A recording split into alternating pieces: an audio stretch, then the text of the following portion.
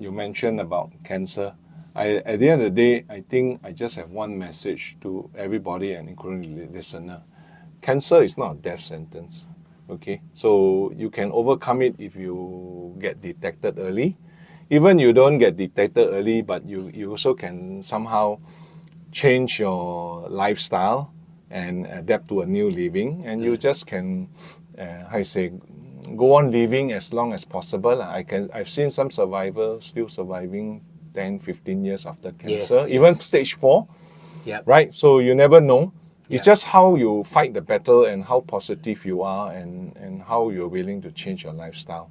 Move and Joy. Welcome to the Move and Joy podcast. I'm Kel, the founder of Move and Joy, a homegrown technology, lifestyle experience and media company that's behind RIDE&JOY Beta, a made in Singapore cycling app. Now, today we are doing the Move and Joy podcast. This is our very first episode. We have a very special guest that you all will see very, very soon. Actually, you already know already. The Move and Joy podcast, it's all about the active travel lifestyle, the use of micro-mobility devices, health and fitness, green commuting, and much more. So every week we have a very special guest who will tell us more about what mobility means to them and what truly brings joy to their lives.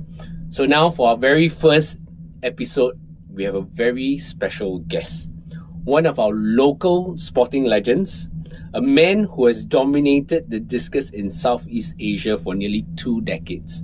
Right? He won a whopping 10 SEA Games gold medals, right? His national records set in, I think, 1999. We'll talk more with him later about his national records. I think it's 25 years and counting, right? He's a friend I've known for over 25 years. Way before LeBron James, this was the athlete that Singapore sports media used to call King James. Standing at 6'2", weighing it at 113 kg, the undisputed discus king, Mr. James Wong. Thank you. How do you like the intro? What's a walk-in song if you are a fighter, James? What's your favorite song? I don't know, man. Seems to be there's a lot emotion going on, when you want to put a fight song to walk in, but it's so many to choose actually. Right. On a more somber note, I think last week on the 6th, almost 6 days ago, right? Another sporting legend, the trailblazer, Mr. Tan Hao Liang, who passed away at the age of 91. And James, you posted on Facebook. I came to know when Mr. Kunalan sent me the WhatsApp to notify me. I was a bit shocked because I was actually hanging out with him quite often at my old place at Mountbatten. We used to have breakfast in the weekend. And then we'll see him, buy him a coffee, chit-chat, the good old days, blah, blah, blah, and so on. And after that, when he moved to Tampines, where I recently moved to, so I was trying to locate him, but unfortunately I didn't had a chance to. And then I was wondering how was he every now and then. And then happened to receive that sad message. So well, I remembered he was working at the gym at the old National Stadium, the Grand Old Dame. Yeah. So did Mr. Tan ever give you some tips on how to lift weights properly or something like that? Yeah, when I was a young boy starting out, I was brought into the program and we actually did some weights at the old National Kallang Gym. Those fenced up cage. No aircon, no whole bars. The good old days, right? Yeah, hardcore gym. So when I went in there, it's an underground tunnel, right? Yes, from the National Stadium. Yes, and then after that, we see like, got 3 weightlifting platform, right? So, wow, not bad. But then somehow nobody dare to go to that zone. Yeah. And the best thing is I always the find big boys only. Right? Yeah, but the best thing is always that the weights are always locked up. So locked up meaning it's private. So I wonder who the hell owns this gym. We come here we pay $1.50 to go into the gym and then it's locked up. So happened to know this Mr. Tan was there, and actually I didn't know much about his record, but eventually slowly as I move along I understand who he is. I was like, wow, suddenly I met a legend there. Yeah, Mr. Tan, of course, is a legend. He was, of course, the first Singaporean to win an Olympic medal. He got a silver in the lightweight category. Despite an injury. I mean, I think a lot of the younger people might not know, but Mr. Tan Hao Liang once set the world record in the clean and jerk in the 1958 Commonwealth Games. And of course, during this was pre-independence, during Mr. Tan's time, they don't have all these sports support that our athletes have today. I mean, it's really not an easy feat. I mean, I read this book, and I read about his history, and he was training on his own without support, and then he still won the national championships and went on to have a great sporting career. So our condolences to the family of Mr. Tan, and let's dive into what James was into when he was young first. All right, I know I read a book. So The Last Goal coming out December 14, official book launch. We'll talk more about it later. I think James is 2 years older than me, so I think like James, we grew up in the era where we can go to the longkang, catch fish, climb trees, right? They pick durians, rambutans, and stuff like that. But I understand, even from primary school, you're always the biggest boy in class. Yeah. In primary school, I started out. When you look at primary 1, primary 2, primary 3, you just play lah. We play a lot of basic kampong games, like hopscotch or 0 point, the rubber band, catching in the hall, and so on. So after primary 3 like this, then I start to pick up softball when we have a softball program. Softball first, wow. Yeah, softball. We have a softball program at Labrador Primary School. So I played that for a while. I think I played shortstop, if I remember. Wow. So I played and I learned how to throw, basically throw the ball.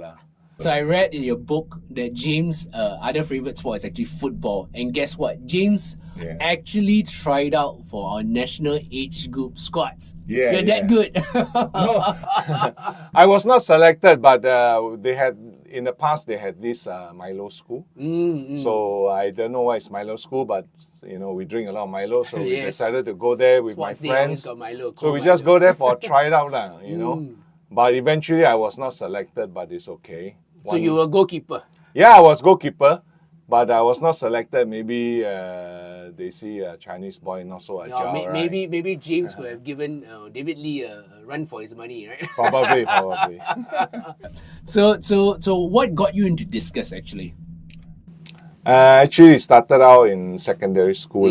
We have Sec 1, I don't know what is sports day. We never really participate. Then after Sec 2, Sec 3 onwards, then eventually then the inter-house, in the colour, blah, blah, and so on comes in. And then, then they start recruit people because they organize all the events. So all the running events will be done at the track. So all the throwing event will be done in school. They say, hey, who want to represent the house to, throw discus, shot put, javelin, we have it. Then they say, oh, those who cannot run, the fat boy. So I decided, say, okay, let's give it a try, see whether can. So I also never touched the discus before. I see on TV like this or like that. Okay, so have a go. That's how it started. So what was your favorite event? Was it the shot put first, discus right from the start, javelin? I'm sure you tried all. Hammer? I actually tried all. So I don't really like the shot put because it's so heavy, right? For you, big size. Shot put so small for you. I don't shot put is a rambutan to James. But I don't really like heavy stuff. It's like it's so hard to push. Right. Then I tried the javelin. It's like not easy to not throw. Easy, not easy to throw a toothpick. So. Toothpick for him, for me, it's a damn long pole. So discus was quite fun. You can see the plate like that. The plate can float. But actually, when I started, right, nobody really taught me how to throw. I actually was throwing the wrong way, which I mentioned in the book. Just gasa people throw like that, I throw like that. So eventually I did found out, I throw the wrong way. When I first started in Pasir Panjang, right, it's just sort of like inter-house. But eventually my brother said, hey, since you're throwing, why don't you go there? I saw a bunch of people with the Amor coach.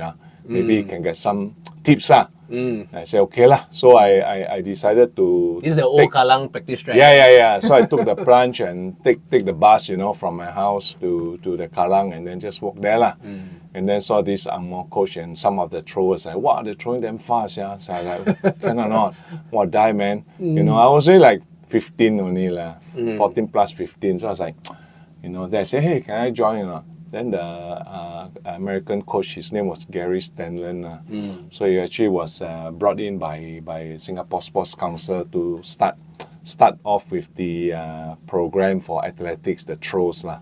So that's how I venture into it for the first time. So he said, hey James, so throw, show me. So I show him.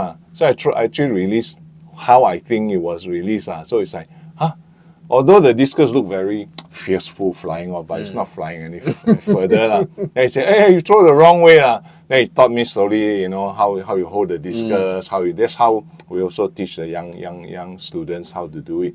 And then from there I said, oh wow, not bad. So I put a lot of effort actually. That's good. Myself, because somehow I find it interesting. Right? So usually I'm alone, but I venture off alone, practicing myself. It's like how to throw, what's the feeling, he taught me. I didn't practice as much with the group, so I just was trying to find out myself. So I practiced a lot more myself to find out it, and after like 2 months, 3 months, and the thing start to take off, and I start to whack everybody there. So B division champion, same year. Actually, I don't know what is B or A or C division, because at the age, right, I also don't know. I just pick up the discus and say, oh, this one small one must be the girl one. Then I took the medium one, which is a 1.5, must be for the boys. But actually, I should be throwing the girls one, which is under 15, right? So eventually, it will be much further. But I didn't know that it was for the younger boys, right? So I started throwing actually the wrong one. The wrong one. But it's a blessing in disguise, so it makes me stronger. So after 3 months, right, so I realized, I was throwing the 1.5 kilo, right?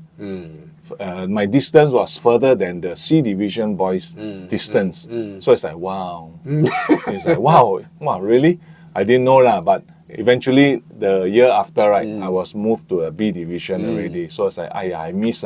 If not, I would have captured the C division record as well. So, but it's okay lah. So you managed to set the B division record?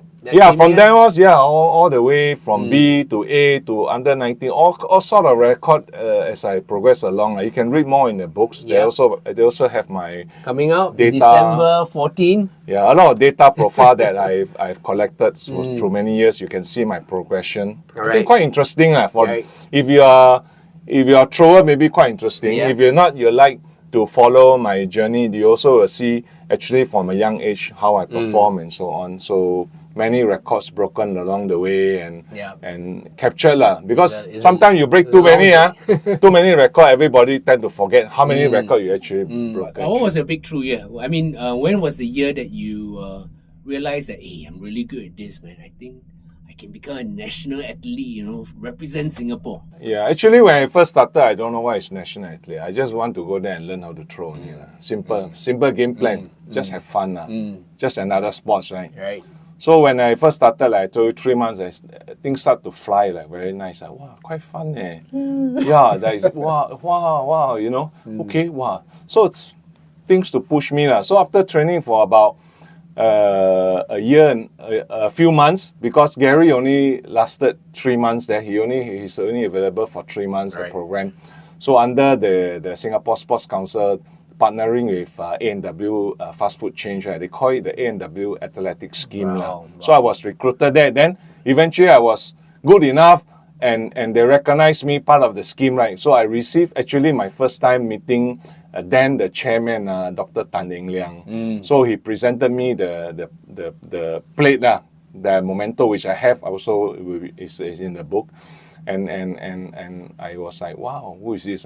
So I showed his hand, but I didn't know who is it. But eventually, as a year goes past, then I know, wow, another legend. Another sport. So another sport legend. So it's like, wow, young like me, greenhorn, we don't know nothing. We just float around like butterflies and happy-go-lucky.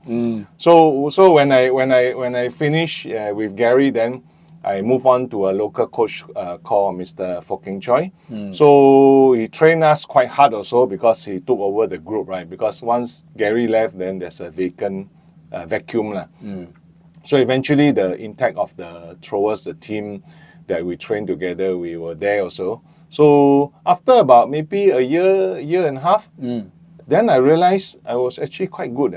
Because by the age of 16 plus, I already broke the national record. 16 and you held the national record, guys. Yeah, I broke Mr. Folk record. His record was 40.08 only.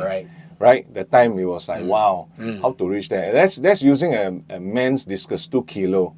So eventually, after training for 1.5 years, right, then I broke his record. First time, I think 41 meter. I think you can see the stats in the book and read a little bit more. So I was like, wow, not bad. So eventually I said, wow, okay. Then now I find it quite interesting to continue a bit harder. But I don't know how far I can throw, but I found something that I like and something that I'm quite good in, but not as good yet. But eventually I will grow into better and better. So I trained a few more years and broke more records, right, and so on. So again, at 85, I missed the SEA Games because I just joined to learn how to throw, but not good enough. So within 3 years of serious training, you already made it to the SEA Games? Yes. Yeah. That's fantastic. And everybody's saying, like, wow, he's going to win already. 87, 17 years old. That's right, 17. So I'm happy just to travel. But actually, my first assignment, right, my first national ASEAN team, schools. not ASEAN school. Actually, in 1985, I represent Singapore. And your first so-called real competitive season. Yeah. In 1985, I remember we traveled to Brunei. Brunei Darussalam, right? My first time flying on an airplane. And this was competing in their special games called the Merdeka Games, 85. Then that time I was not bad, throwing the youth discus. But then I have to train for the men discus. So I remember I went there and threw. I don't recall I win. I can't remember what placing. Right? I to refer to the book. But you were boys among the men. But yeah, I was first time exposed to so-called major games. Brunei, 1985. It's like, wow, they have the stadium. Then when you go there, everything looks just like our old national stadium. Because I think they carbon copy it. Yeah, it's like, looks like our national stadium. Familiar. So, familiar. So it's like, not bad. So first time into Brunei and then also into a team setting. So I met all the old legends as well in track and field when they are about to retire. So I was there to start off my journey itself. So I competed and I think maybe third or something like this. I think I remember I throw like 31 meter or something with the men discus. For a boy at 16 years old, I think it's quite good. Boy among the men, right? And of course, so James made his SEA Games debut when he was just 17 years old in 1987, and I think your first gold medal came 1993 on home soil. I mean, nothing beats the feeling of winning your first gold medal in front of the home fans in a SEA Games that's staged in Singapore. And so tell us more about the story. So there's a story, if you read the book, that James had to be carried back after the celebration drinks at Honky Tonk Pub by high jumper Wong Yu Tong. I still remember Mr. Wong, right? So, and James' goal was the first goal after 10 years. So actually, I don't dive into the SEA Games history that much because I just train. But after 87, my first SEA Games, I got bronze medal. So I said, wow, not bad, bronze, right? But people are expecting, it's like, oh, he could have win the gold, right? Because my distance that time was almost 48 meter, if I'm not wrong. Still young. But the distance is like, can fight, right? So but I won the bronze medal in 87, okay lah. But then after when I go to 89 in Malaysia, KL, right? Then I got a silver medal. And then that one I lost like in the last throw. So it's like, wow, I only lost like a few centimeters only. So I was like, oh damn, I lost the silver medal. So everybody hype about it, right? And I didn't win but never mind second SEA Games So then the third SEA Game will be the 91 SEA Game, which is in Philippines. So I thought that time I was, I think, already into America's studying and training. So I thought I would have better, improve lah.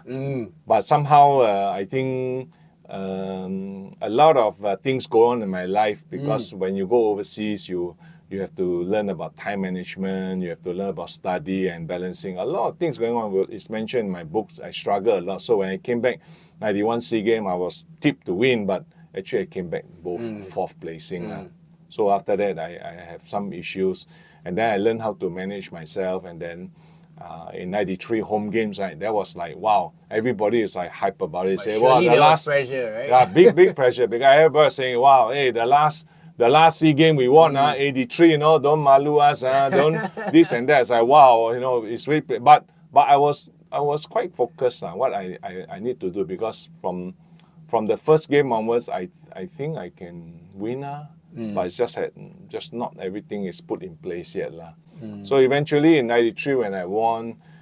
So what's the story about Mr. Wong Yu Tong carrying you back after the celebration drinks? How much drinks do you have? James so big, surely last time jugs, not bottles. How many jugs do you have? So Yu Tong was my roommate in 93. We stayed at Seaview Hotel that time, right? Our hosting hotel.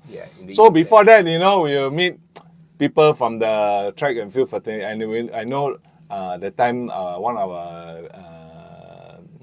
member there, Mr. Leslie Shepperson, who owns a pub called Honky Tonk. Yes, I so remember we frequent there, you know, be in there. Then after Leslie, actually we frequent just to say hi and drink a few beer, you know, go back to the hotel. So Leslie was there, and Leslie put down a challenge. He said, James, you know, we never win the game since 1983, man. You gotta, you know, do us proud, and so on. And then maybe he had 1-2 drink more. Then he started to, you know, let out the challenge. Say, you win it, you bring all your kakis here, beer on the house. You know, it's like, you shut up. So we shook hands. That's it, man. So that challenge was down. So after when we go back, it's like, you know, I prepared the game. So I won.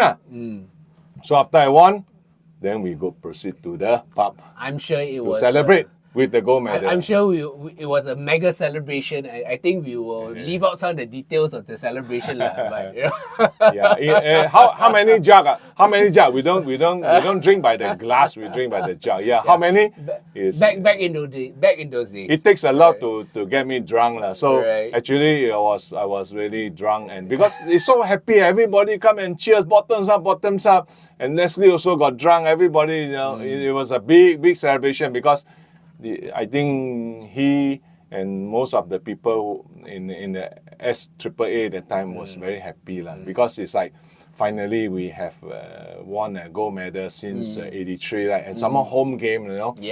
Cannot malu ma. I'm sure everyone. So they hope to have more but eventually only one. So I also hope to have more also, but one I think that was quite a memorable one. And you were just mentioning that this was after that you went to the US. And guess what, guys? James actually tried out for American football. Like, who knows? You could be an NFL player. Tell us more about the experience. It's in my book as well. You can see the photo and the story that goes behind why I need to try it out. I don't want to say much about it, but just to dive into it, it's like if you're in America, right, you don't see sports like sepak takraw, badminton, bowling, or you know, bowling have professionally. But when there's American football season, every freaking night you will see football, and everybody live and breathe football there. So as I being soaked into the culture being big, strong, and fast, right? The coaches start to recruit me I say, hey, why don't you try? You know, they want me to be one of the. Hopefully they are stars because foreigner are not easy to find But when I try out, I train for one season. It's tough, man. I have so many whiplash, you know, they bang the helmet, you know. Whiplash, I got also stitches on my hand by blocking, you know, I still have that scar. Oh. So it's like, wow, it's a tough sport. And it's interesting. I went through, the training is also interesting. But the fitness part, you know, I was not that fit because I was not built to be fit, right? I was built to be strong and fast. So in the gym and in the speed department, I beat all of them. So I was like, wow, the coach was impressed. But you have all the strength, you have all the speed, but you don't know how to play. That's a different thing as well. Yeah. So I have to learn from it. But I was happy to learn and try out because I was given an opportunity. But somehow during that year, of course, I'm not the starter, but it's okay. But somehow that year, my college, Mount San Antonio College, we actually went to the bowl. Bowl means you have to be like, have a winning slots. So we actually had, I can't remember, 8-2 or 10-2. So we lost only 2 but win, but we managed to be in a bowl, play in a bowl, the best of the best. And it's called NCAA Division 2? No, it's like a zone. It's not even zone. This is college only. Right. So I have experience playing with the winning team and so on. So one of the best performance during that year. So I was happy to be proud of it, be part of it. Well, NFL is different. My dream, of course, to NFL, you make millions of dollars, right? But I don't think I'm built in that. Maybe if I invest a little bit more of my training and getting the right people to help me or to breed me, maybe I might but I don't think so It's not in my nature to play this kind of sports. So from the US, from winning a first SEA Games gold medal in what year was that again? 93. 1993. And then came your second. Your second was 95. Yeah, 95. Yeah. Then 97. Yes. 99. 99. And 2001. 2001, I think you were already working, kind of semi-retired, and your first child, Jessica, your daughter, was born. So I think 2001. That was the SEA Games I was in, KL. Yeah. I was a sports journalist. Yes, I remember that. That was the one that people say, James, just show up and then can win gold medal. Let's go in and out 24 hours. But I mean, what's your take on it? So when you look at the whole process, right? Starting 93, I won the first game, and then 95 again, I repeated my feat, right? And then come 97 when I did a triple, right? Triple meaning the 3 times in a row, repeating my feat, and also won the hammer as well. Yeah. So a lot of expectation on me. Double gold medal. Yeah, a lot of expectation come upon me In other words, a lot of people looking like, wow, you know, when you go to the 4th one, then in 99 when I improved some more. Actually 97 I broke the SEA Games record already. Then 99 I improved on it. I was way much better, right, than the second placing. So they know come 2001, walk in the park everybody will say, close one eyes you know, you go. Then you have other people comment and say, in order to beat me, you know, you have to break one of his leg or one of his arm. So you can read that in the book too. It's a compliment, I would say. So, but like I say, it's not easy to get to that level. I trained very hard while I was in Germany that time, training 4 years for it. And I know how my body works, and I know how it functions, and I prepare myself well mentally, physically, and so on for the games. So, but the whole new challenge, because my wife, being a foreigner, she needed support. So it's like, wow. If some complication happen to my kid, I'm not around, not so nice, because then she don't know what to do, like locally, how it works. So I'm also trying to figure. So the only way is like I try to go at the very last moment. Some people might look at it as arrogant, but if you're in my shoe, you have no choice. It's not being arrogant, but I think being safe and so on. Whatever happens, it's always family come first. So I have to look at it this way. So, but still I want to defend my title and so on. So I have no choice but to delay my travel until the very last minute. You ask me, is it easy? I can tell you, no, man, I'm taking a big risk. What if it doesn't work? Yeah. Yeah. What if it doesn't work? Yeah. People will have another opinion on me. Yeah. Hey, look at this arrogant bastard who think he can win. See, now he go there, he lost, right? But I never think this way lah. I think if I prepare myself well enough in a battle, I know what I'm doing. But I just need to remain focused. That's why I don't talk to the media. I don't talk to anybody. I just plan my strategy quietly. Leave at the right time, compete at the right time, and leave at the right time. That's all my focus was. So eventually I took a big risk, which I mentioned in my book. It's not easy. It's very stressful. It's not a business trip, by the way. It's not going there to do a business. You go there, sign a contract. You're going for a battle. Battle that my head is on the chopping board. Meaning, if I lose, people will say, see, I told you, right? You should not come last minute, right? Right? All these things will come out. But it never actually factored into my mind about this. My mind is always very clear what I want to do. And I know that I need to support my wife and I want to have the best for her and my child. But at the same time, she also understands what I need to do lah. So luckily, everything was planned as what we wished for. So I fly there in the morning. I took the first flight lah. So 8 o'clock I went there. I reached KL. They picked me up, and then after I go back to the Mid Valley, right, City Point where we stayed. And then I still remember. I checked in. I checked in about 11. Then I had my lunch. I say hi to my friends. They were so happy to see me. Blah, blah, blah. Then I said, okay, good. After lunch, I went to rest a while because luckily my event is in the evening. So I was quite excited. Couldn't rest, and then after I went to the Bukit Jalil early because I have not seen Bukit Jalil. Because Bukit Jalil 98, the time was the Kuala Lumpur Commonwealth Game, which I never competed. I saw on TV. I said, wow, this is massive, man. The biggest I've competed. How does it feel? I don't know. Right? I see the dome, I see everything. So everything is new to me, but never mind. I always prepare myself well. So I went there early to soak in the atmosphere. I warmed up, and then the heavy downpour came. So it delayed the games a little bit, but it's okay. So I went there, I competed, so I threw close to 57 meter. So I was happy enough and won and did my drug testing protocol, pee and everything. By the time I finished peeing, I went back to the hotel already like close to midnight. So after that, next morning, goodbye. First flight.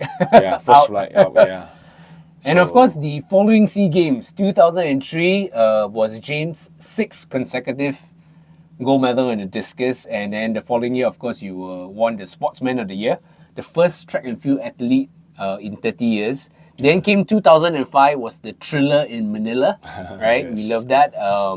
Your Thai rival was obviously in red hot form, and you had dengue earlier in the year, a couple of months just before the SEA Games, and you were struggling to pick up your form, just to prepare for the thing.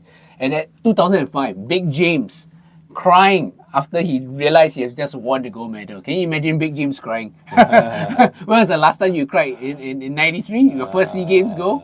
Baby. Yeah, but the other time I weep also is I saw my girl came out from my wife's body. It's like, wow, that's how a baby look like. I mean, every father will attest to that lah. That's another gold medal for you, bro. Yeah. Better than a gold medal. Yeah, I think if you have a chance to buy the book in the bookshop anyway after 14, you will see some of the titles there. It's quite interesting, crafted together with my author Kenneth Khoo. So it's quite interesting to read my journey. So as you mentioned, after 2001, 2003, I went to Hanoi again, another new land because I've never competed in SEA Games in Vietnam. So I wanted to try my chance, to defend my title. So I was given the opportunity to be the flag bearer for the first time. So it was another huge honor. and also very stressful. You know, when you're a flag bearer, they will put some effort to focus you. You know, you're walking in, and then they will say who you are, blah, blah, you know. But at the same time, flag bearer cannot lose one. So very pressurizing. Yeah. But nevertheless, I know what I can do. So I went in there, and then my Thai rival also improving. So we had a good matchup in the throw, right? It shocked me a little bit. It was not easy as in 2001, right? The second place is quite fast. Like, wow, okay, you're behind. I'm not stressed. But this time, after a few throws, I was actually not leading. You can also read in the books, like I mentioned. So it's like, oh my God. It was a seesaw battle. Now the competition really start for me. Everybody's chasing me. The young guns are coming for you. So eventually, my experience prevailed. So I managed to overcome the competition. So I managed to win. But actually, the 2003 SEA Games is actually one of the most memorable one. As you can see in the book cover, this is done in 2003. Why 2003? Hanoi. Yeah, Hanoi. Hanoi is up north, right? Yeah. So that time in December, it's just quite cooling lah. So a very nice place to go actually, Hanoi. Yeah. And in this SEA Games, right, very interesting. It's not Ho Chi Minh, it's Hanoi. It's different place. So when I competed so many SEA Games before, right, it's actually empty stadium lah. Empty stadium meaning not full, but on one side will be full lah. They watch the running and so on. But somehow when I come into this stadium, right, wow, I tell you, the whole bloody stadium is packed, man. Yeah. First time in my life, I see, wow, SEA Games, so many people, like World Cup, you know. So when I competed, I throw, right, wow, I was fighting with my rivalry, Mr. Wang Sawang. In that he was improving. So he did 55 meter, you know, it's like, wow, pushing me.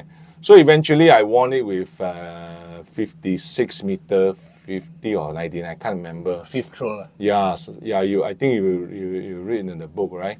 And then I won it. But the best thing is when we compete, right, all the fans, right, the both sides of the stadium, I think probably you're looking at what, to 30,000, 40, I don't know. And they were clapping hands and it's like, whoa, wow, wow, get us excited. And then we had Team Singapore at the time, they also have a la tui. They also like, oh, I know, man, you know. So I was like trying to stay calm because not easy to concentrate with the crowd, right? You know, first time. Then after when I won, right, this time it's like, heck it lah, let's do a victory lap. This is where I got my flag and we start running. So I was so happy, I run. Then I see our shot putter at that time, Tu Xian Hui, she also won. So that's why I grabbed her and we run. So that was once in a lifetime opportunity for me and for her, right? That we grabbed the flag, and that's why I see I'm so happy. Right? So it was beautiful photo. It was captured in a moment. So that was one of the most memorable one. So 03, 05, 05 obviously your so-called fight back, after a bout of illness. And then after 7, I'm sure it gets tougher and tougher. 8 and 9, how tough was it? I mean, when you look at even 05, right? That was like my number 7. So I was working already at the time in sports and council. And a family man with 2 kids, trying to juggle. I was trying to push myself, and I was getting not younger, right? So tougher. But the issue is in 05, 3 months before the games, I was down with dengue. Wow, my God. I tell you, I can't imagine a small little mosquito can really hurt me. Big James. Knocked down by one a little mosquito. small mosquito. So I was down. I was down, right? And I lost about 10 kilo. Oh my. So I was down for like 10 or 12 days. All I do is just sleep, drink, not drink alcohol, water, sleep again. And it just shrunk, shrunk me. After 12 days, when my blood pellet was better, I recovered, right? So I say, wow, I need to go back to training. Then I got rashes and all. And this Okay was lah. less than 3 months before the games. Yeah. I was a bit panicked. Just like, can I make it or not? You know, the first day I step onto the track, I start to warm up, right? After 100 meter, I pant, I can't breathe already. I said, how the hell, yeah? Then I have to really start from zero because all my strength is gone, all my speed is gone, all my technique, I turn, I feel dizzy, So it took me a few weeks to kind of come back, I was struggling actually in training and I have to prepare these stupid games in 3 months' time. Actually, I was not confident because when I start to build up, I got, of course, the strength and the speed coming back, but it's so slow. I was throwing like 51, 52 meter. I don't think that distance can win. But I have no choice because, hey, I want to defend my title again. Yeah. I already say I cannot like pull out, right? Yeah. So I say, heck, let's try it. So I was not very confident going into the games because of this dengue really put me down in a different perspective in terms of my health and so on. But luckily, I managed to climb back within 3 months. So it's not 1 month. 1 month, I think I'll be gone already. So 3 months, I pace myself again, trying to push every day. And then when I go for my games, right, then you can hear the title, Thriller in Manila, right? So I was started in a competition, right? I remember, I was trailing all the way. I was not in the lead. The Mr. Wang Sawang, my Thai is wanting to kill me every game. I want to beat me, right? Because he has not been doing that. So this is the time, wow. I was like 52 or meter only. He was throwing 53 something. So I was losing. All 4 rounds? Five. 5 rounds you were losing. 5 rounds I was losing. So I only 5 out of the 6 rounds you were losing. Yeah, so I had 1 more round to go. My last round. round, and I'm not throwing last. I'm throwing first. Throwing last gives me the different perspective. So I throw first on the 5th round. So 5th round I have to throw, right? I was not ranked the top position, so I have to throw on the 5th round first. Yeah. So I throw. Wow, heng lucky 55 meter 11. I remember. Season best? Yes, season best, right? Save the best for last. Yeah, I was like, oh, I was shocked I was like, wow, suddenly from 51, I have to dig very deep. I was put into a no man's land zone. I have to dig myself out of the bloody hole. Nobody will help me except myself. So I had to find my way up, crawl my way up, and find my inner self to be what I used to be, right? So after the 5th round, I beat Mr. Wang Sawang 5th throw because I throw first, right? Then he got 5th throw, he didn't beat me So now I'm in the lead, right? So on the 6th throw, I don't throw already. I don't throw first. He throw first Yeah. So he throw first, so he's more into the pressure, see? He's under pressure now. Yeah, so he throw, right? Then after that, I just pray please.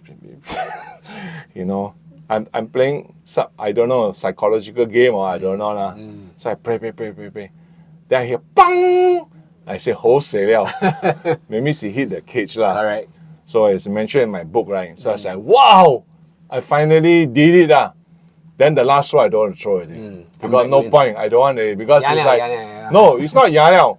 Because the amount of pressure I'm in is so heavy. I just don't have it anymore because I give everything on my 5th throw. If I still have to do 6, I have to dig double deep into the hole because I'm not out of the hole. But because I'm out of the hole, meaning I can see, but I'm not out yet. Now after he hit the cage, right, I'm out of the hole. I say enough. But I don't need to prove myself anymore. The win is what I'm going after. So that's why I felt so relieved, right? So that's why when the late Mr. Teh Cheng Kun, who was the ST reporter, then he interviewed me, right? I just don't know how to express myself. I just outburst. That's where I started crying for no reason. But Relief. yeah, relief. Happiness. All mixed Relief. together. Yeah, relief. happiness, stress, I don't know, I cannot explain to you, but it's just somehow, it just come out that I cannot explain, right? And it just happened, and the amount of stress I'm in the last 3 months, it's like, oh, finally everything out of my shoulder, you know? So, you know, the kind of feelings and all, you will read in the books that you understand what I'm going to. I tell you, nothing is like walk in the park. When I compete every year, it's either I compete, it gets harder, either I compete with people or I compete with myself. Myself meaning how to beat myself to become better. So that is why 2005 games is one of my hardest games. It's So not that easy. was your hardest? Number 7. That was my Number number 7. All right. So 7, the thriller in Manila, the 7th heaven, the 7th goal.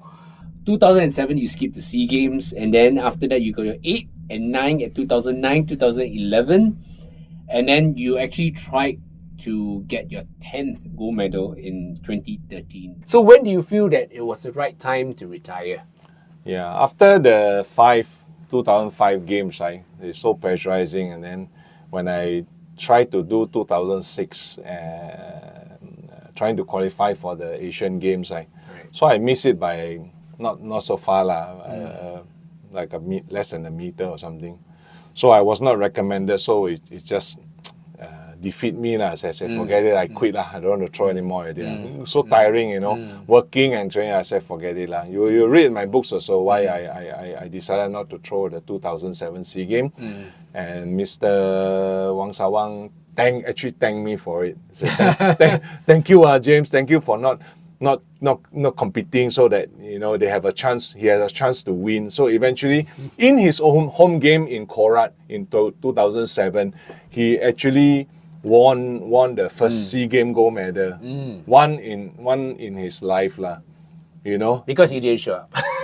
I don't want to say I didn't show up. He won, but actually he has. But you're good friends with him, right? Yeah, he fought his own battle as well, because he was also not easy for him, because the other competitor also want to beat him, his own Thai competitor. But he also found a way to win. He also didn't give up, just like me, and so on. So I'm happy for him that he won his home game for you know, in front of his home crowd. So I was happy But then in 2009 I decided to come back again. So 2009 was my 8th title defense. So that's why I put a team to it. I put this 8 possible. So with Adidas, they supported me in terms of my gear. So we put a shoe name called 8 Possible to remind me. You know, it's impossible not doing, but it's 8 possible. 8 possible. So that's why the team goes in. The chapter also say 8 possible. So that's where I prepared the 9 games. That was in Laos. Laos. Because Laos, why Laos? Because Laos is also a first time in the history they host a SEA Game. So I have not embedded my name in the country. So it's also a challenge for me. I like to put my name in all the SEA Game country that I competed, right? Remember this, later I'll share with you again, come to the 13th SEA Game. So on the 9 in Laos, so I did it in Laos also. So I won again, luckily. Number 9. Number 9 with, I think, 53 meter. So by the time most of my competitors are already out already. Retired. So the young one coming, but not fast enough. So I managed to defend my title, show that the old guy is still there. So you know who I am because it's a different era of thrower So they probably hear my name before So I won the 8th title game, right? So then I go for my 9, which is the 11 in Palembang. Palembang, right? So my 9 discus will be my actually overall 10, because 9 plus 1 is my hammer. But discus wise is 9. So I decided to do it 9 Palembang, because in 2011 I was in the SA management already. So I decided to say, hey, I try because I'm in the job, right? I also want to contribute the medal tally for the management team. And we built from there. So luckily I won in 2011. So also my distance was not very far, but you know, the old guy among the young guy. I proved that I still can do it. And this was my second time holding the flag again. Damn it. So More pressure, it was a big honor, but yet pressure. and yet it's a big pressure, and my old guy. And the chef de mission was Dr. Tan Ing Liang. Remember Who in gave you 85, give me. So when you were a young boy. oh man, now wow, I got to walk with the Full legend. circle, A full full circle coming back. I was almost going. So we stay in the game village in Palembang. I mean, Indonesia, I've thrown many times. I've been there. But I've won in 97, Jakarta. But Palembang, new one. So they give me the honor. So I walked in with Dr. Tan. And the best thing is what, no? The opening ceremony was in the night, right? As it has always been. I know the opening ceremony is very tiring. You wait, you walk, you wait, you wait. Yeah. You know, at time you come in, they go back. So then, the event, Next morning. 8 a.m. You know how stressful, and a lot of people will pull out. I think Shanti did pull out in one of the games, heats or something, because she was right. She said she was given the flag bearer. She decided not to take it because the next day running. Hey, I tell you, Kelvin, you have to have a different mindset doing this stupid thing. Not stupid thing, but honorable thing. And you have to be very, very focused. You need to know when to rest, when not to rest. And hey, instead of thinking about tomorrow, today got so many things happening at the opening ceremony. A lot, not say cock up, but a lot of funny instruction. Sit and wait, sit and wait, sit and wait. Wait. I'll perform, then walk, get clap hand on. A lot of instruction come. By the time I reach back my game village, already close to midnight. Then next morning, 5 a.m., 6 a.m., I got to wake up to eat breakfast. Oh my God. I have to warm up by 7. I have to throw by 8. A lot of things going in my mind. Nobody knows. So a lot of this behind the scenes that, Nobody knows. a lot of us as sports fans, we are unaware of this kind of thing. And I'm sure it's not the best preparation for a morning event, right? And a lot of people don't know that the throws, a lot of Always times morning, are always in the morning. Weird hours. Right, when there's no one in the stadium. I've thrown actually many times, like 8 a.m. in the morning when nobody there. I wake a lot up. of us still sleeping. I wake up like 5 a.m., eat breakfast alone, not easy. prepare myself, because you cannot just wake up one day and just go and throw. You have to get your mood in, get your body warmed up, There's a preparing, lot of packing. preparation. Yeah, Your body, your mind. I remember in Chiang Mai games in 95, also same 8 a.m. in the morning, right?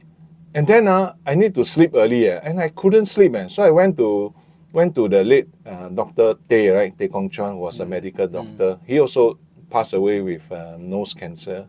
I think nose, I think so. So I went there and said, Doc, how can I get some sleeping medication? Force me to sleep, because I couldn't sleep. So he gave me I went to sleep. So I woke up fresh and then ready to go. So that was one of. But luckily, the discipline I had instilled in me, right? I actually sleep early, and I'm a very early morning person, so no problem one. But it's not like I say no problem means no problem. You have to practice this. You cannot say I'm a morning person, but you don't practice that. Not one fine day you wake up early morning, you can just walk out feeling fresh and But nowadays I sleep early, I wake up early, no problem. My lifestyle is like that. So back to Palembang games, right? So I did that, and I'm lucky to survive. I was the flag bearer, and I was the first one to compete. And then first gold medal. You read so in the book, right? First gold medal for Singapore during the game. And then Minister Teo Chee Hean was there, watching me at 8 a.m. You know how pressurizing for a minister to get up to see you throw there. The whole morning, and the stadium empty one and bolang one, and he is there watching, cheering on. Hey, cannot lose. Cannot lose. You know the pressure. Oh my God, I was in deep, heavy pressure.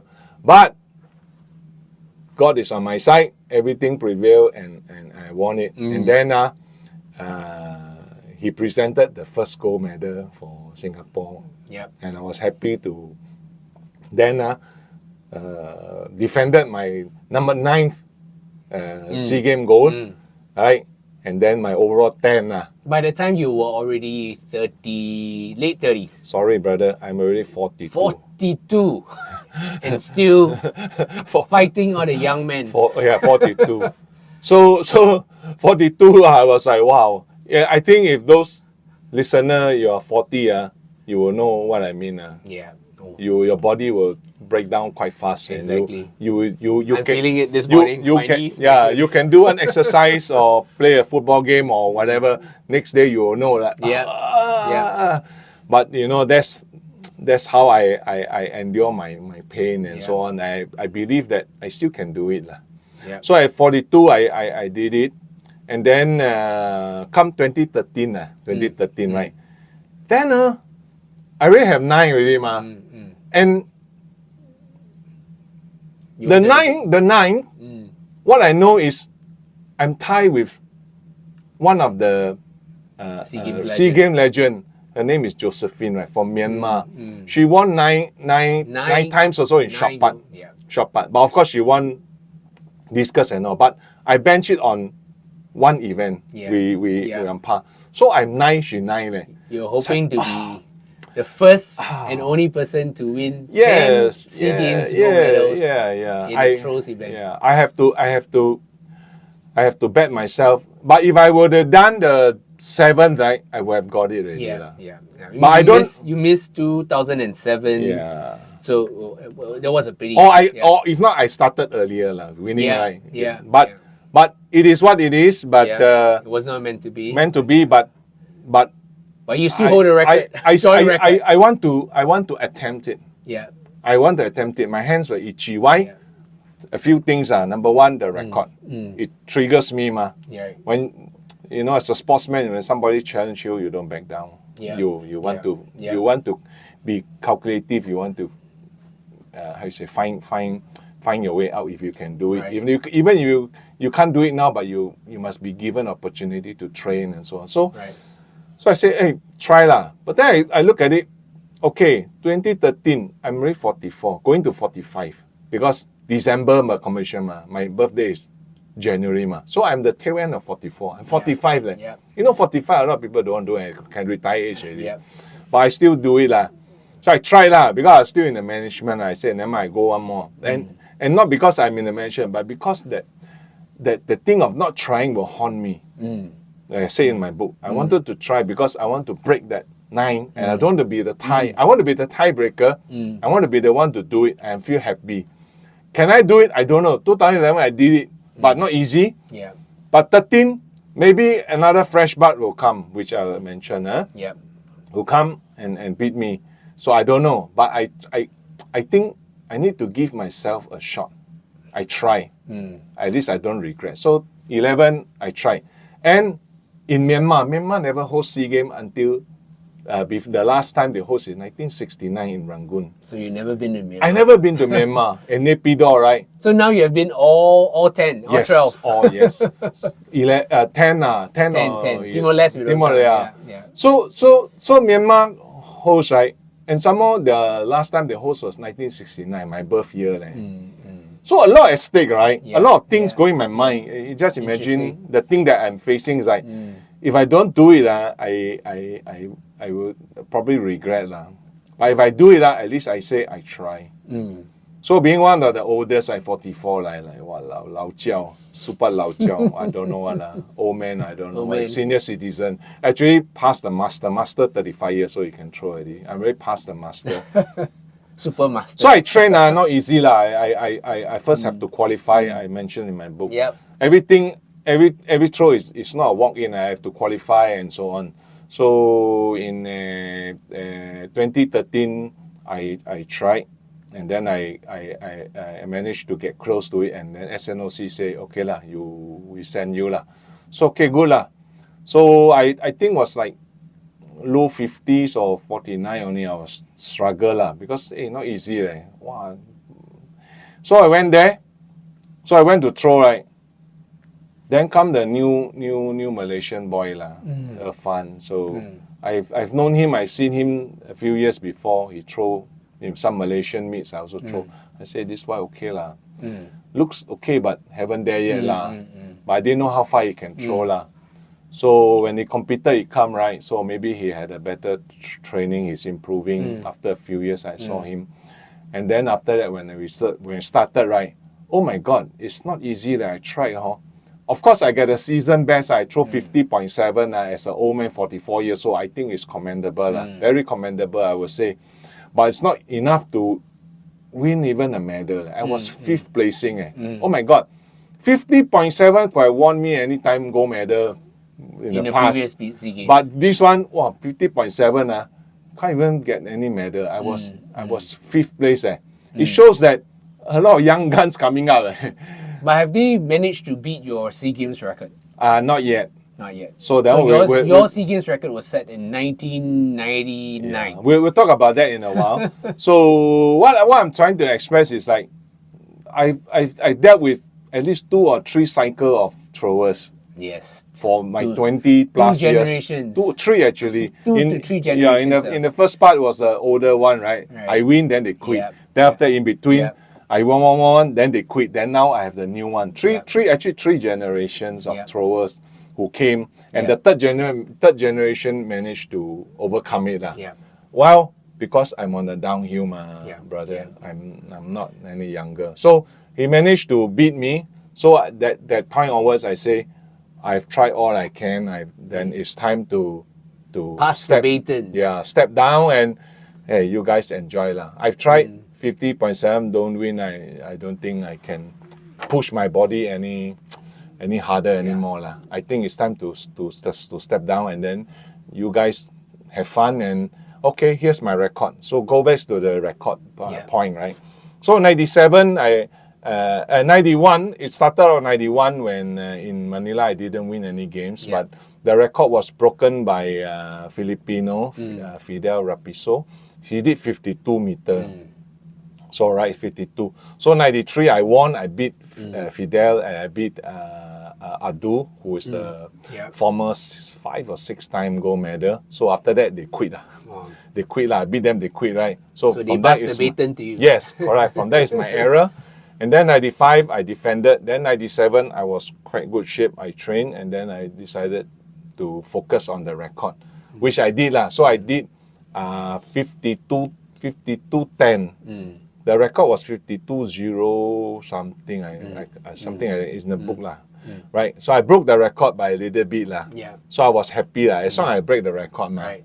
Then after I say, wow, not enough. Cannot be just few centimeter one man. So I trained even harder when I was back in Germany. So 99 I improved to 59.50. So that year I was in good form. I was in good shape. I was throwing 59.87 early part in the year in Germany. I trained very hard. Took me a couple of years to understand about training preparation and throwing and feeling and so on. So in my book also describe to you my journey in Germany and so on. So it took a few years to understand, erase all my bad habits and start to learn how to throw and have fun with it. So 99 I managed to throw 59.50. So if you throw 59 plus in a stadium, an enclosed stadium without wind, it's very challenging. I understand. Remember I tell you the big stadium, no crowd or whatever. If you throw outdoor, anytime there's a wind factor, it help you. You can throw further a little bit, right? If not, enclosed stadium is always challenging. So I managed to throw 59.50. So I actually hold the record since 97. 97, then I improved 99. And then until 2013, I give up. And then Irfan decided to take over the role and become the next champion. So I just congratulated him in the book. You see, we shook hands and I say, go for my record. He's almost half your age, or he's in his 20s? I can't remember. I think he was probably late coming to 20s, and I say go for my record lah. But that's how it is, right, in sport. I mean, we just heard in Australia, gout, the phenomenon, just broke. 10.04. Usain Bolt's record, and right? But sometimes it's like this, when you started out good young, right? Yeah. Sometimes you tend to lose focus. Yeah. and Some of so them on. will never reach their Yeah, full potential. because you how you say, you perform too good too soon. Especially in athletics. Yeah, for me it's a slow and Right. steady kind. For sometimes we are very good at a young age, then you just die off. But usually in the throws event, throwers tend to have a longer life. If you look at the past history, yes. But you look at the current history, no. No, right. Because everybody start to be specializing the thing early, and they train very hard, they couldn't last. They couldn't last. Sometimes In the burnout. past, you can see like, you need to train how many years, and then your matured age as is. Nowadays, no, man. 16 years old also can run a matured age. After that, you see, you might not see. Sometimes they peak too early. Yeah, you might see gout don't improve anymore. Yeah, you never know. You never know. Not like because he's do well 16 years old, he's the next great pity. We hope lah. Yeah, we hope. We hope. Yeah. But it might or might not. So it's hard to say. So I hope he can break my record, because he said, he wanted to break it at the Singapore Games, He feel good, say go for it, but he didn't do it. Then after go back to 17 Malaysian game, he also. So up to now, my record still stand. Is it a good thing, bad thing? Well, for me personally, I don't feel sad or happy or whatever. It's just like if any record is broken, it's an improvement, right? People try to, because I also look to break record, When I break record, I feel happy. I'm improving all the situation. I pull people along. But it's not improving, then then that means So your national record, your SEA Games record, has all stood since 1999. What about Singapore? Do you see that your record could be broken in upcoming years, or you think it's getting harder and harder to find, the type of athletes who are willing to, put in the effort and the years, right, to really reach that summit? Okay, you look at the record, right? Especially the national record. I myself know how much time and effort I spend to train and so on to get this. So if you look at current stage, right, it's not possible. Not possible, because you need to be full time. You need to train a few more years, and based on the statistic, it's not possible. For youth age group, it's possible, because if you train 4 or 5 times a week, and if you're a nutritionist, better technical knowledge, better. Nowadays you Google, you see video. Last time I don't have it. I see VHS. Hello, I go library, I see the pictogram. You read books, you borrow books, and then you borrow VHS. You see in the library. You do this kind of analysis or research. Nowadays you see your phone, you record, you video yourself. Last time we have to set up a VHS camera, then after the coach will print out and then do the analysis. Now they are very fast. But with so much sports science, I mean, we have the Singapore Sports Institute, there is nutritionists, there's masseurs, there's physios. I mean, with so much support, shouldn't our athletes be improving and doing much better, at the SEA Games level, breaking... I mean, some of the national records have stood for many years, right? 10, 20 years. I mean, you were on the management of SAAA. I mean, what is your take on that? I mean, from what I hear, training full-time is important to become a pro athlete. I mean, we have seen it with Shanti. So is it the lack of corporate support that is really sometimes... I mean, of course, there are many factors, but I think corporate support, you have many corporate sponsors throughout your career helping you. So what are your thoughts on that? I think one major factor, if an athlete wants to be top and so on, is proven already. You have to go into full-time training, number one. Full-time training means eat, sleep, and train and compete. Eat, sleep, and train, compete. And you do it for many years. You can't do it for 1 year, 2 years. It's not enough. You need to do it for a few cycles and so on, to understand your body, to understand the preparation phase, to understand a lot of things, yourself, psychology, blah, blah, blah, and so on. But to do that, you need... Yeah, you need that, but the thing is, we have corporate sponsors. In our culture, we don't have that, except certain sports like table tennis. They house them, they sleep them, right?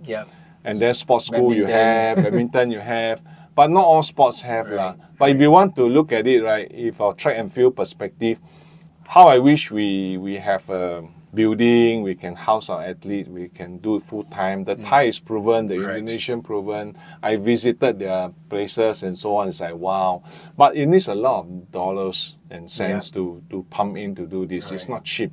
Right. So the other shortcut method is to send your athletes abroad, like me, go away, which now you can see Shanti is benefiting. She travel a lot, she stay. You just get out of country, you compete, eat, sleep. The challenge is you're lonely, the challenge is you're away from. That is the sacrifice you have to pay for this kind of contribution or to achieve your goals. You cannot look at the sacrifice, because you have to look at what you're driven to achieve.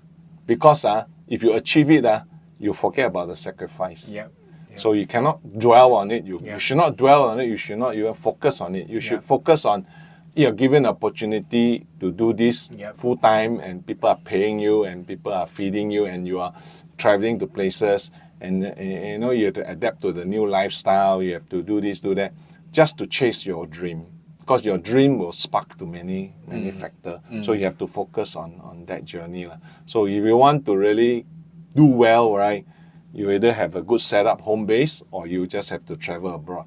And travel abroad is not cheap. I understand it. That's why people invested in me. The pressure is to do well. You don't do well, you think people want to see you invest in you, man? No, right? So every year, and you cannot be like a stock market, every day go up one. Sometimes it goes down. So ups and downs of an athlete. A lot of so people people don't see understand and so on. But the challenge is you always know that people invest in you cannot be down. So you see how much pressure I'm in every year.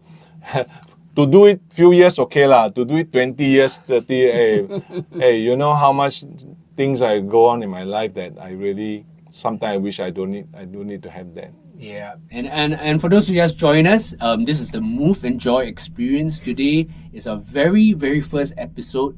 We are talking to James Wong, our local sporting legend, who is launching his new book, The Last Go, on December 14, this coming Saturday. The book is about his odyssey through sports and through cancer. So James is a cancer survivor. We are going to go right now into his other battle. I mean the 20 years of ups and downs through sport. I think I'm sure James would say that it helped you, prepared you for the biggest battle or the biggest fight in your life. So talking about cancer, I just returned from Penang.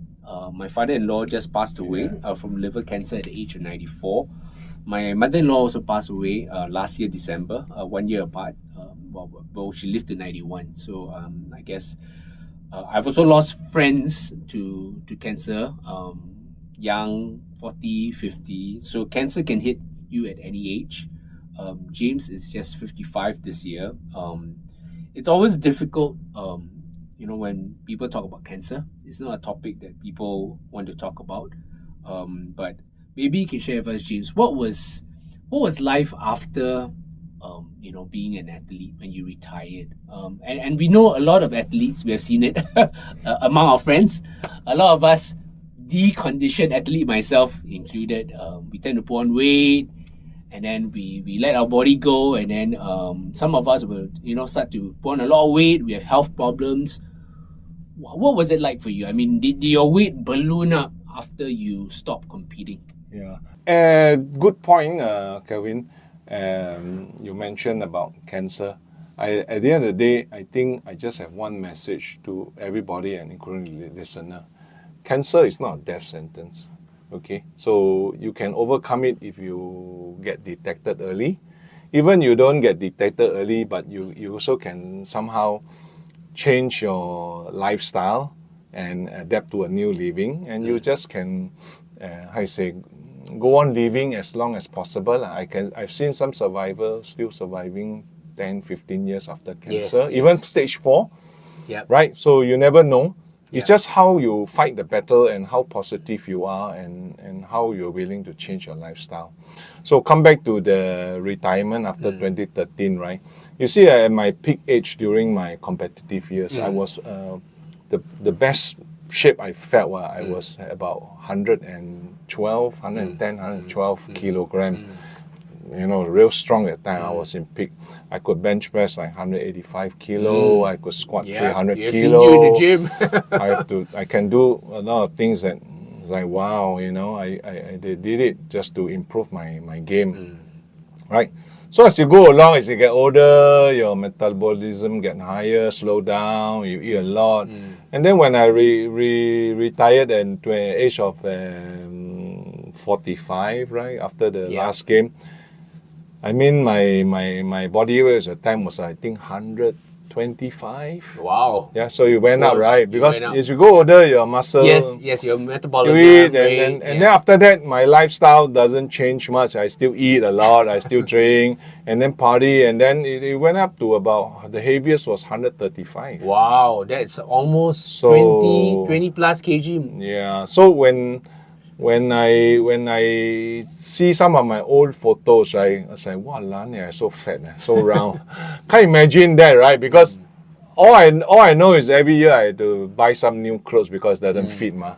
So the sizes get bigger and bigger, so I just buy new clothes. So somehow it just ballooned, right? I didn't know that, so my lifestyle was not so good, lah. Eat and drink, I become obese and so on.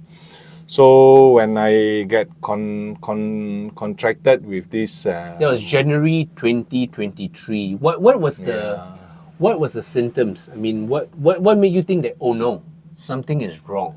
yeah, when all happened is in late December part of 22 lah.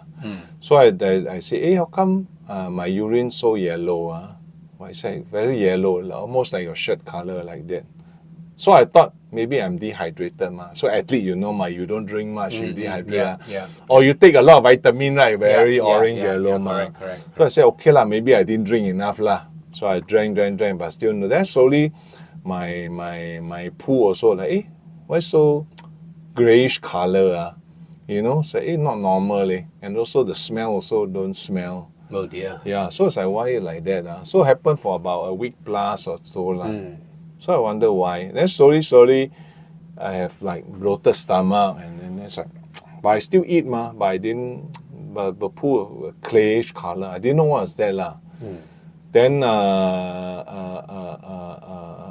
then my friend or my colleague at that time, I was working in SMU. Yu Tong was my boss lah. So I said, hey, your eyes like very yellow. Oh dear. So it's like, better have it. Sometimes you see people yellow eyes, it's like, I have not enough sleep. Or Michael Jordan. I don't know lah. You see his eyes. So it's like, okay. I said, I think okay leh, because I didn't see ma. Then after a few days, then my wife said, hey, how come you like very yellow? Your skin, right? Oh. So I said, what is this yellow? Because every time I go toilet, I see myself, right? But the best thing is, no, my toilet is yellow color, so I don't see myself turning yellow, right? Right. So it become like a jaundice lah. So when I went to see the GP, the GP prescribed some medication to resolve the stomach, right? Because didn't worry much, right? Because I was no pain, ma. I'm not in pain. I was not in nothing. It's just this kind of symptoms. So it prescribed some. So it did not resolve. So a few days later, I went to the GP. I said, hey, my wife so tell me I'm turning yellow. He said, correct. I look at the GP, right? Then the GP said, I tell you what, we need to do a blood test lah. So, but blood tests take too long to come back. So why don't I send you to A&E? They can do for you faster.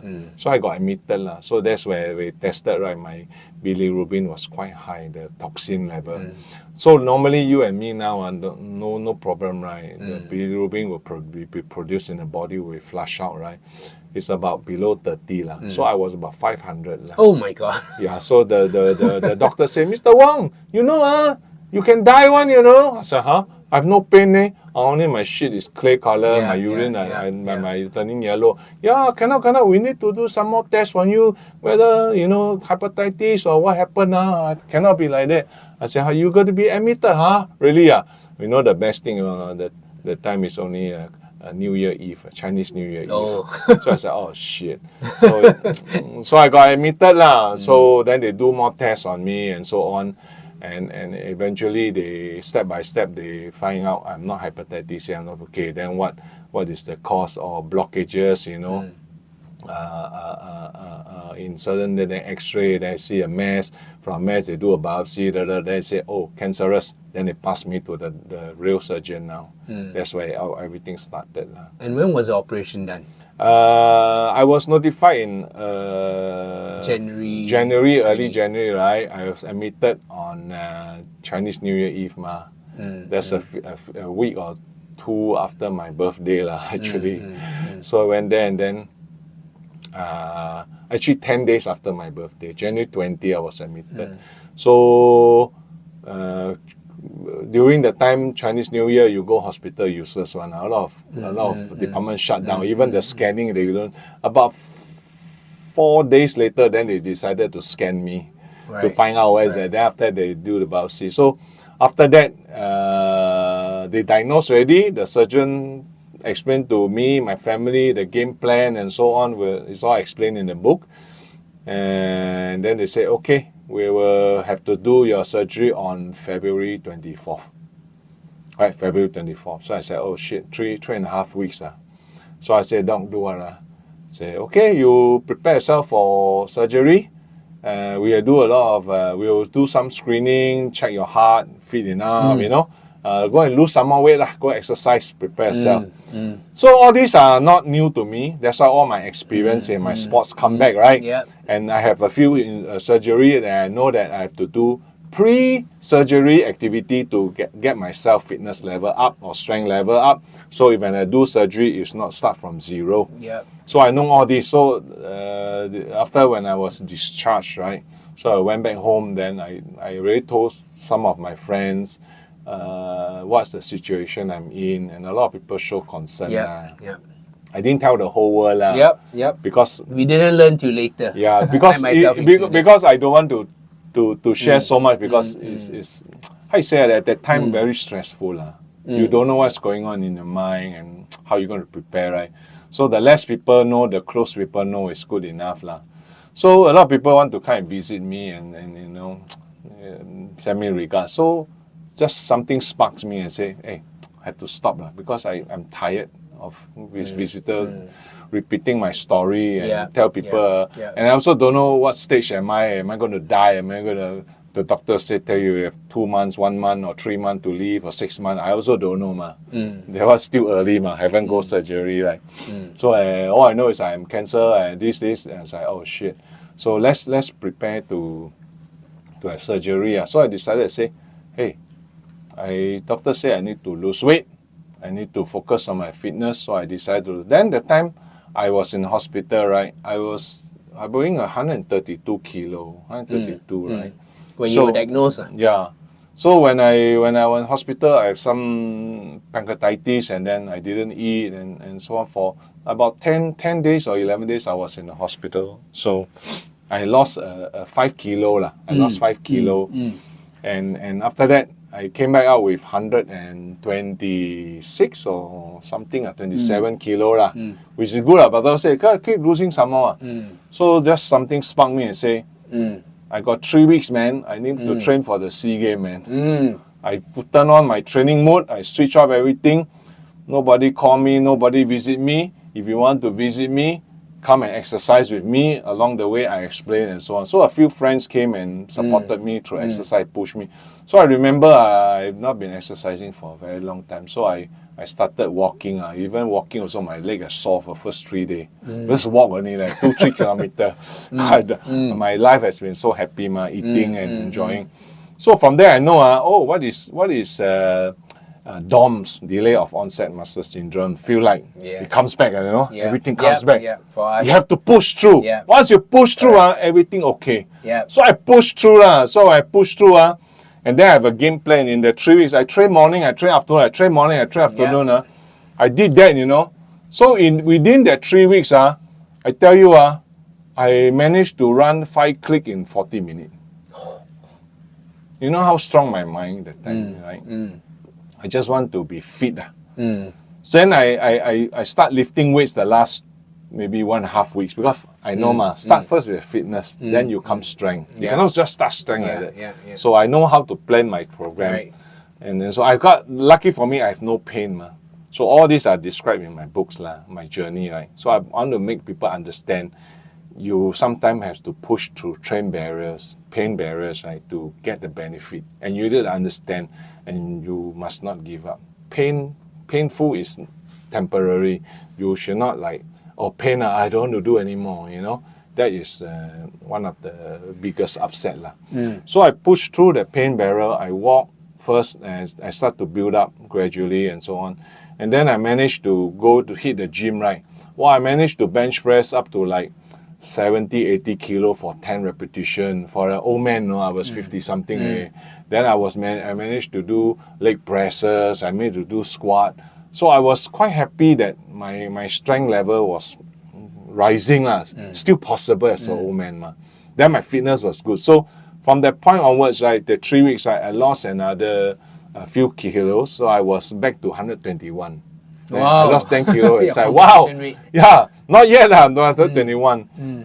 So after I go for my surgery, after surgery, I stayed in the hospital for 10 days. I was discharged. From 121, it dropped back down to 116 kilo after surgery, right? So it took out a lot of organs during the Whipper surgery and so on. So after I discharged, right, I was still recovering from the surgery. I remember the doctor said, yeah, go back and recover, no need stay in hospital. I think you should be okay. With the stitches, you come back, check out. So I went, I said, no, I want to go exercise. So I told my wife, pain, never mind. All stitches in my body, you see in the book, my stitches. So I go exercise. So I remember after the next day, I went for exercise. And then, alamak, I walked like 1 kilometer, half an hour only. I shake this, I say, oh shit, I have to reset myself again. All this coming back to me, back the 2005 SEA game when I had dengue, so, oh my God. But never mind, I've been there, I've done that, I know how I feel, I will push through. Just give me time. Time is all I need, right? So I push through, and then I also didn't eat very well because my stomach was cut into smaller, and it need time to grow. So after that time, about another week, I lost another 5 kilo. I was lightest, go back to my competition weight, 110. Remember, I said, oh shit. Then I went to the doctor. I said, doc, cannot go on like this.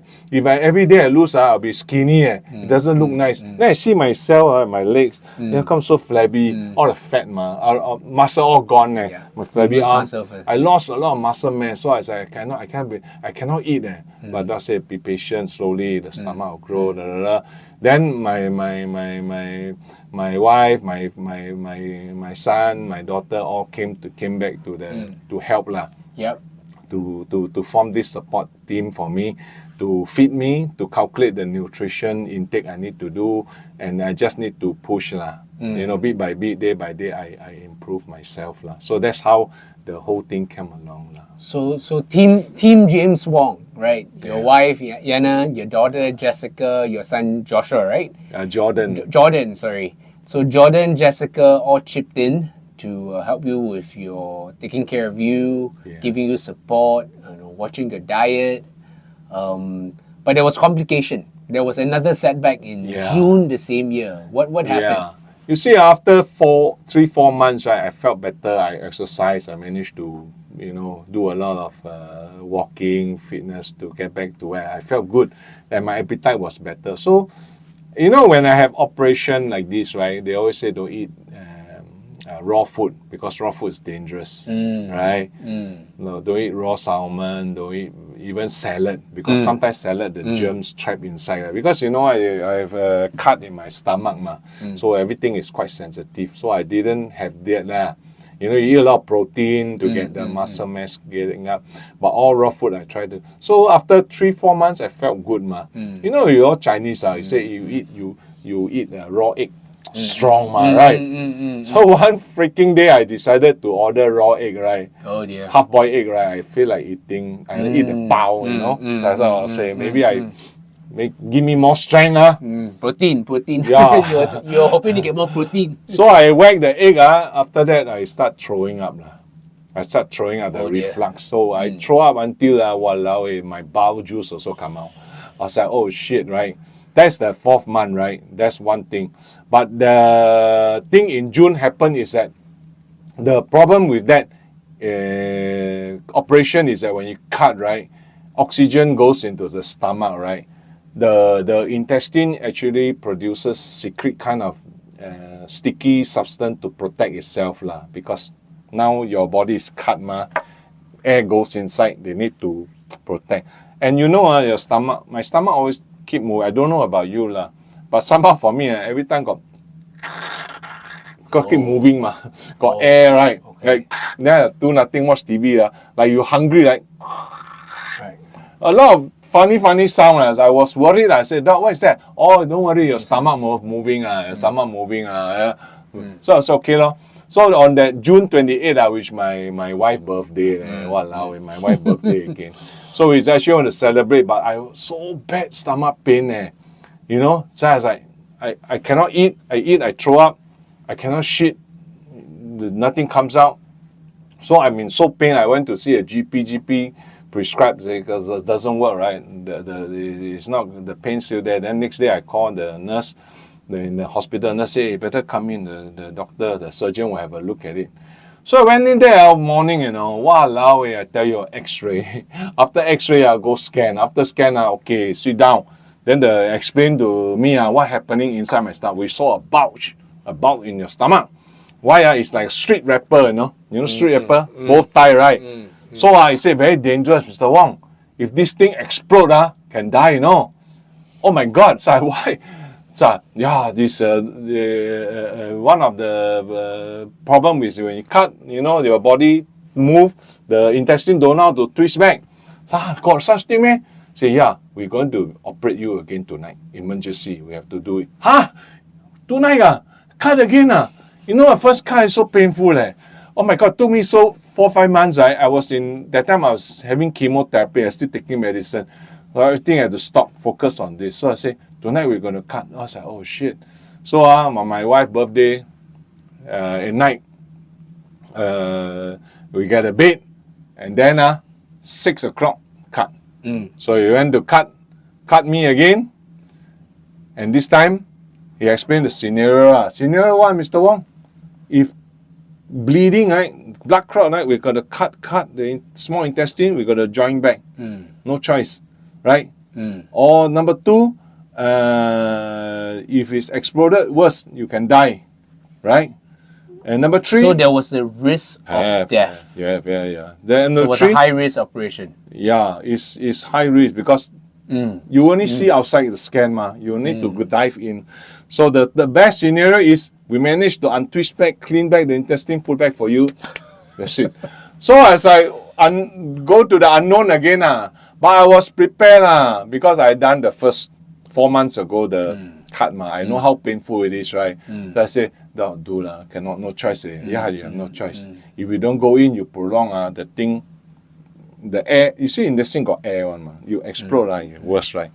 So no choice, they go for the cut. Immediately check in, get a bed, 6 o'clock, cut. Luckily 2 hours, come back out, okay, finish. Then they tell me, lucky, no need to cut, you just clean up. So we managed to untwist, so thank God for that. So after that, I stay in hospital for like 7 days. Because this time I know how to recover, I know every day how painful and painless it is. And then I can move, I can do this, right? Because the first surgery taught me, my experience taught me how to manage my pain expectation, my pain recovery, and I need to push myself. So after that, 7 day, 8 day, I'm okay already. So doctor, you can go back already. So I went back home, right? So after 2-3 days, I invited my friend. I cooked some more with all my stitches. So I said, my friend is one of the nurse. I said, hey, don't walk so much. I said, okay lah. I can cook. You're best, man. You can. Your pain level tolerance is very high, and you can still do this. I say yes. Maybe like I said throughout my sporting journey, right, it taught me how to adapt to my situation and my pain, right? And my body, I understand my body and I can push through some barriers. You know, this kind of experience is priceless, and I think it's good to share, and people should not run away from it, because I know that some people pain tolerance very low and then they start to give up. Some people are scared. Yeah, go scared into to do, an and they say, operation, you know, a lot of times when you do operation, a lot of time family members, hey, don't move. They're scared the thing burst. No lah, it won't burst one. You just be trustful in a medical ground, and then listen to your body and push through and be able to receptively, progressively understand the pain barrier. Pain is like that one, you know. It's adaptable one. Today is like that, right? Tomorrow the pain will be less one. It's not going to grow more one. So is it the same in the hospital when they say, hey, you pain, you press the morphine, you know. So after 2-3 days, I give up already, because I know I useless one, morphine. You will start to learn how to. Your body will adapt to it. Yeah. If you use less morphine, you just tahan the first day, the most painful. The next day, it will not be that painful. Even though it's pain, but it's not painful. It's just gradual, and then your adaptability are better, and actually your mobility was much better if you know how to adapt pain.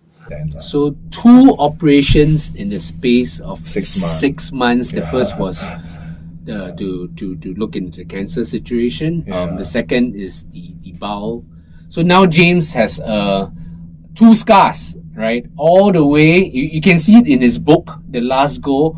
I think James has a scar all the way from the chest area, all the way down past the belly button to the groin area. So I mean, you all can look at the book. Buy the book, right? All proceeds are going to Singapore Cancer Society. I'm going to let James to tell you how did the book came about. Actually, the book has always been in my mind to share my sporting journey, because as you pass your prime, right, the younger generation might not know the history. So Kenneth and I talk a little bit, and Kenneth also interested to encourage me to write a book so that younger generation know my sporting history, my battle, my statistic lah. If not, you Google search, you might not even find it if you don't know who to find it. You know, sometimes when you go to the school, the young student will not know me, but their parents do. Sometimes the parents say, hey, do you know who this or not?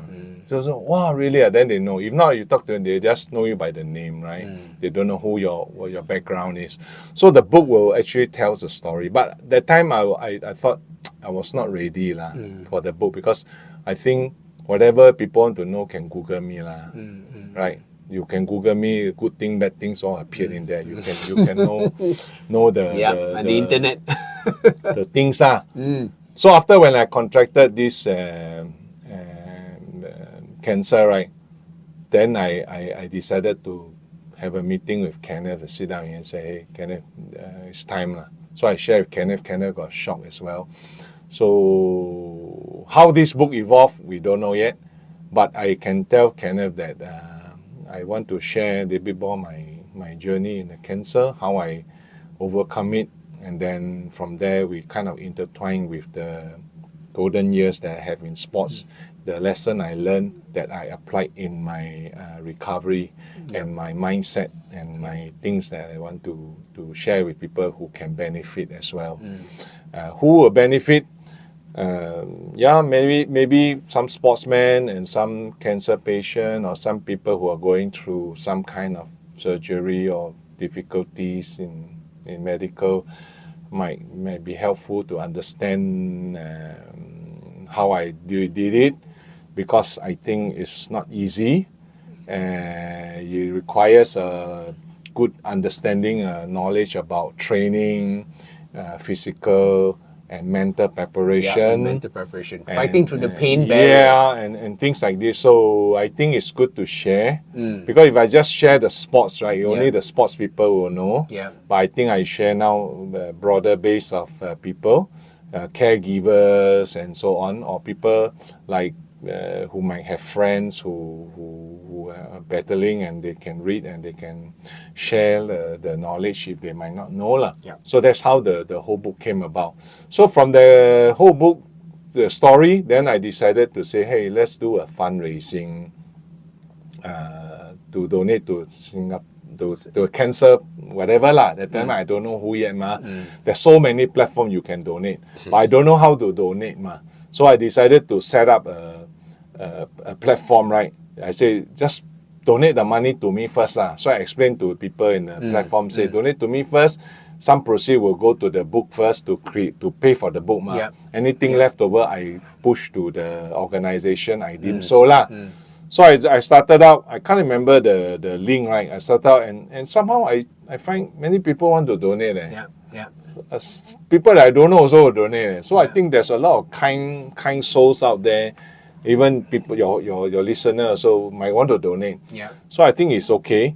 It's good to donate for a good cause. So I decided to set up this platform, but somehow this platform decided to close me down because too many people start donating, and then they say, oh, it's a money laundering platform, a system going on.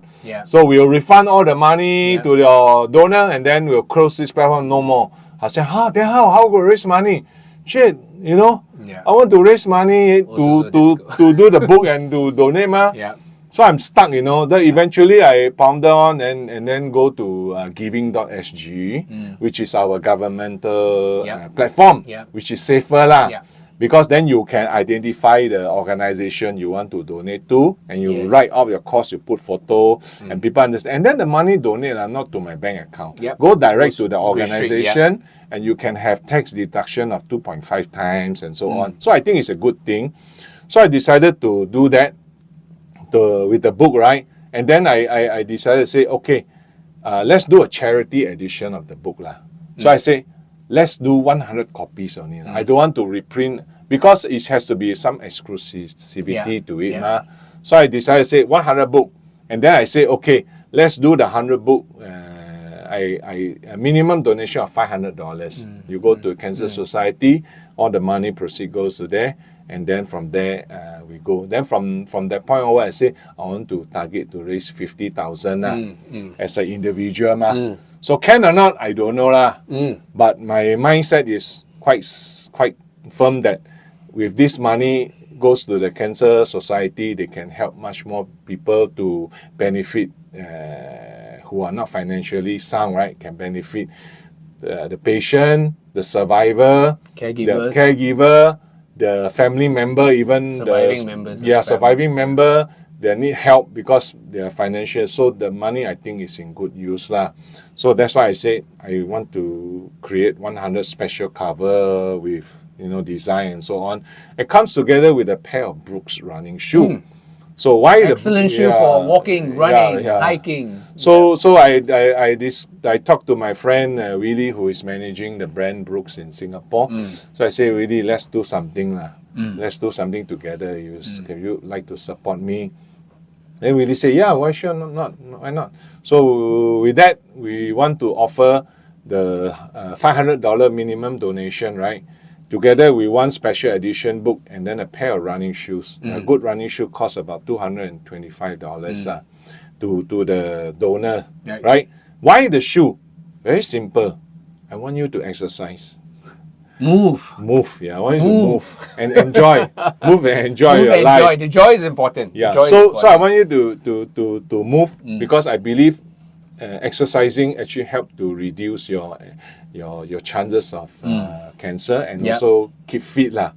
So with that in mind, I know that I participated the last Singapore Cancer Society Relay for Life event, which is run round the whole night to raise fund. And you also took part in Cycle of Hope by Singapore Cycling. So they made me the fundraising ambassador. So I helped them. You've been busy to lend a voice to the community lah, to raise fund for them. But at the same time, I'm raising my own fund as well. So donation will go to Singapore Cancer Society. So I created 100 books, come with a shoe. So with the shoe, of course, you exercise. But more important is come March, the Relay for Life event, I want these donors to join me together we want to contribute at least 100-kilometer challenge to Okay. the thing. Move and joy with James. Yeah. So if you are not part of the donation, if you want to join, you Right. can also email me, and then we can always set up a team. We can go together. So you do your fundraising, meaning people support you to do this challenge, right? Yeah. And then the donation will go also. And when to- is this event? On 8 and 9 March lah. 8 or 9 March Yeah. next year. Yeah, that's next year. Okay, I'll It's try to join in. Yeah, more information will be given to Kelvin to post it. Yep, we'll put on the links below. Yeah, you can donate. You don't like to walk or run together, you can donate. But for me, I've been exercising, so I myself will clock at least 10% of the 100 kilometers Nice. to contribute to the team effort of Remember 100 to, kilometers. remember to use the app when you're walking and training. Yeah, you can clock mileage in it. So they are doing it at the Singapore Sports Hub. So Okay. you walk around the Nice. stadium. Nice. So my team Team really, James. will do this walk together Right. with your new Brook shoe, right? Nice. You train and we walk. So that's a second part of it lah. So what happened is this book, right? 100 copies. I already kind of reserved or sold 90 of them already. Right. So no, I'm not going to release the last 10 because last 10 I want to do it for the next year project to raise more fund. So, but if you want to donate to the link, Singapore Cancer Society. yeah, Yep. there's a link provided soon to Yeah. Kevin to post. You can donate, but you will not get this charity set because it's all sold out. I'm not going to reprint, sorry. But if you come to the book launch on the 14th, you can also buy the book firsthand, Yep. which Kevin has off the oven. He has read, Yep. so he will do some review. And you can buy them offhand, and I'll sign it off as well. But you can do the donation anytime. So to what continue what with else this is one. happening on December 14th, this coming Saturday?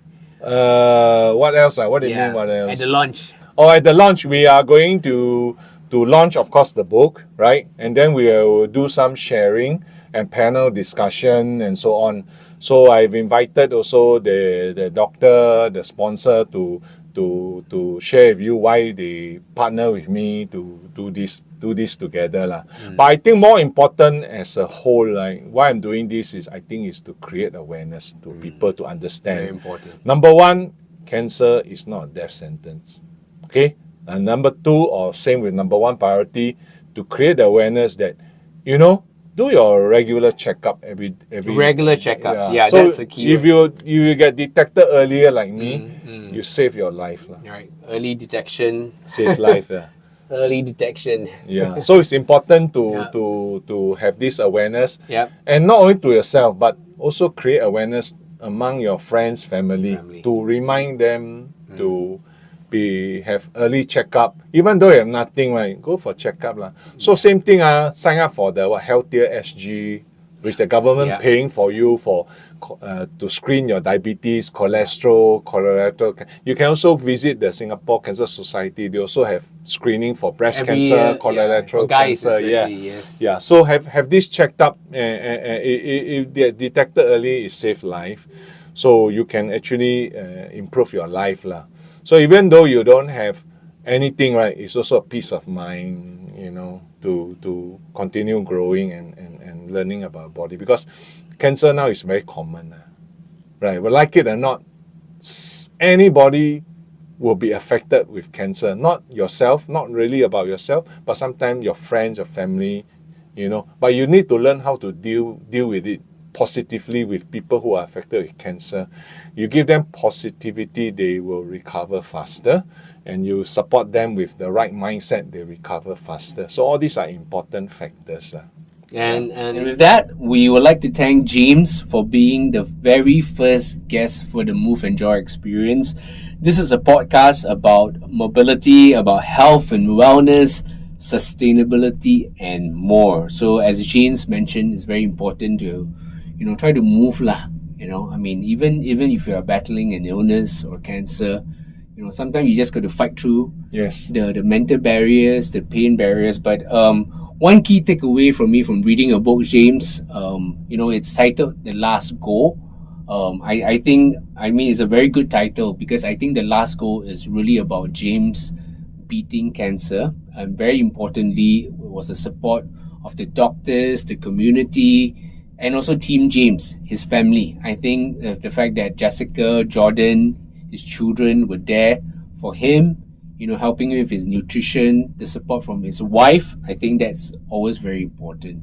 So with that, MOVE&JOY will be launched in a couple of weeks' time. You can find out more about our app on Facebook, TikTok, Instagram. Our handle is @GoMoveAndJoy. GoMoveAndJoy. GOMOVENJOY. And with that, this is the end of our episode. Remember to go for regular checkups. We thank James and to have a very successful, fantastic book launch on December 14th. For those of you who want to read the book, buy the book, go and attend the launch if you can still attend it on this Saturday. If not, buy the book and donate to the Singapore Cancer Society. With that, this is Cal signing off. Move and joy.